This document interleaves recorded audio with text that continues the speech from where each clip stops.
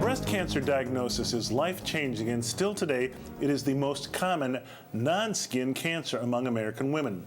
1 in 8 women will develop invasive breast cancer during her lifetime. Advances in breast cancer treatment mean many women can expect to beat the disease and maintain their physical appearance, but part of the struggle remains increasing awareness.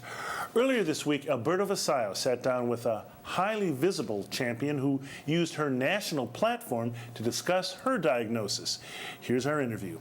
Okay, our next guest is no stranger to the TV studio. Zoraida Sambolin has enjoyed success as a TV news anchor both in her home city of Chicago, where she is currently back at the WMAQ NBC5 News Today morning show, but you may also recognize her from her work as host of Early Start on CNN. Now, Zoraida has been a trailblazer her whole life.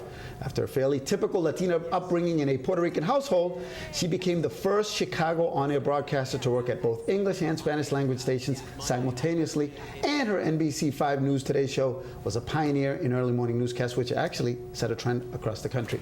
Now, in May of 2013, Sambolin's life took an unexpected turn as she announced that she had breast cancer and will be getting a double mastectomy. I've even learned how to pronounce that because of her. Now, she did so on air as she was discussing Angelina Jolie's New York Times op-ed piece describing her own double mastectomy. Since then, Zoraida has been championing wherever given the chance the need for all women, but especially Latinas, to take breast cancer screenings often and early.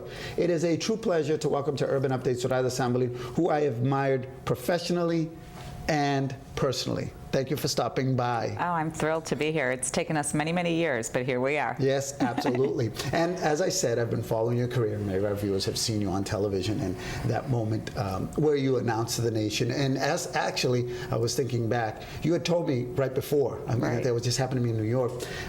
You struggled for this for weeks, right? I did. I struggled for a long time because I was unsure how I was going to end up telling the audience. And so I would go to bed every night wondering, when am I going to be able to speak up, because I already scheduled my surgery. And it's not an easy conversation to have. It doesn't just come up with your co-anchor. And so I just was kind of baffled. How will I handle this? And then on my way into work one morning, my producer called me and she said, there's this op-ed piece that Angelina Jolie just did in the New York Times, and she's had a double mastectomy, a preventative double mastectomy, because she has the BRCA2 gene, and we're leading with it.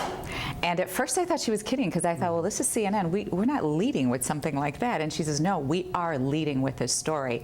And she had said to me, you know, some of the folks at work did know that I had breast cancer. And she said, you can handle this however you want to, whatever makes you comfortable. And so in the middle of an interview with somebody, I ended up disclosing, because what bothered me more than anything else was that here is this woman who has just done something so courageous, and people were judging her and saying that she was glamorizing a mastectomy. And so it gave me an opportunity to have a voice. Yeah. And subsequent to that, I don't think you've become an official spokesperson, but you've really been championing, especially with regards to Latinas, and you've really kind of did a lot of research, and like I said, at least an expert to me. I defer to you when it comes to these, but that's a big thing to you as well, right? Well, the easiest thing for me to do was to kind of put myself outside of it and to really tackle it as a story, and to do research and try to understand this phenomenon. And you know, at first it's like, why is this happening to me? But then I wanted to understand the bigger picture, and you know, I found out that even though Latina women are not diagnosed as often, when they are diagnosed, it's deadlier. Right. And so the question to me was why? And if I could figure out answers, and then I could share that with women, then I felt that's an opportunity for me to empower women. And so that's kind of how I started the journey of, you give me a microphone, I'm going to tell you what I know. I'm going to share the information. Or a spot on Urban Update. Yes, thank you. In Boston. Well, there's a mic. Yeah, exactly. Now, for those who don't know, and obviously I know, and I give a little intro, a little bit about your career, because you are a role model to a lot of Latinas. As a matter of fact, my daughter, I want you to be her role model, because I kind of want to get her in media. And who better than you, because I said in the intro, you started in Chicago, but tú eres boricua. Ajá, yo soy boricua, puertorriqueña. But you started in Chicago, then your news show, and then I watched the TV one day, and I see you on CNN, and now you're back home. But take me through your journey. Well, I don't don't have like this typical career journey in news, because I was working in education and I kind of fell into news. So I started in the third largest market in the country, which is Chicago. There was the general manager of the station at WMAQ took a chance on me, put me on the weekends, and it was a woman there, actually, Camille Edwards, who was my news director, who mentored me and helped me grow. It's one thing for somebody to give you a job, but I was kind of like a fish out of water. I was doing some national stuff and international stuff, but I was never doing news. And so she really helped me grow. I spent a lot of time at WMAQ kind of moving my way up. I ended up on the morning show. And, you know, one day I asked myself, what's next? Yeah. And so that's how I ended up moving on to CNN, because I thought I don't want to ever look back at my life and have regrets. Right. And so I ended up taking on that opportunity at CNN. And my first year there was really complicated because it was a really difficult adjustment. I am a Chicagoan, and I kind of transferred myself and my 2 kids to New York. I knew nobody, so it was a little more complicated. And it's a 24-hour news cycle, getting comfortable with that. Into my second year, we got a new boss, Zucker, and I was thrilled with the leadership, and I thought, wow, I belong here, and this is where my opportunity is going to be and my growth is going to be. And then I got hit with that diagnosis, and I'll tell you, it was one of the toughest decisions that I've ever made, but I started looking at life differently. You kind of reprioritize when you get a crazy curveball, and I decided that what was more important to me was to live my life as if tomorrow is not promised. And so that led me back home, because my kids wanted to be home. I was trying to work out where I could stay with CNN, but go back to Chicago. And, you know, it was just taking a little too long to figure that out. So now you're back home, yeah, back to where you started. And it's funny you said life throws you a curveball, right?